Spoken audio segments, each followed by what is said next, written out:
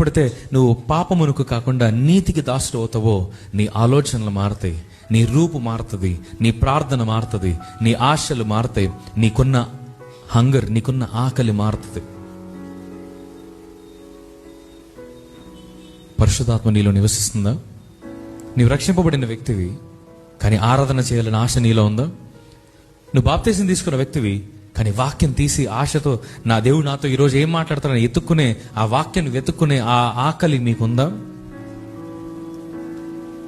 నువ్వు దేవుని బిడ్డమని పిలువబడుతున్నావు, కానీ రోజుకి ఎంత సమయాన్ని దేవుని సన్నిధిలో ఆయనతో గడపడానికి ఆశపడుతున్నావు, ప్రార్థనలో ఆశపడుతున్నావు. ప్రభా నాతో మాట్లాడయ్యని మోకరించి దేవుని వేడుకుంటున్నావు. ఈ రోజున మారవలసింది ప్రవర్తన కాదు, మారవలసింది స్వభావం.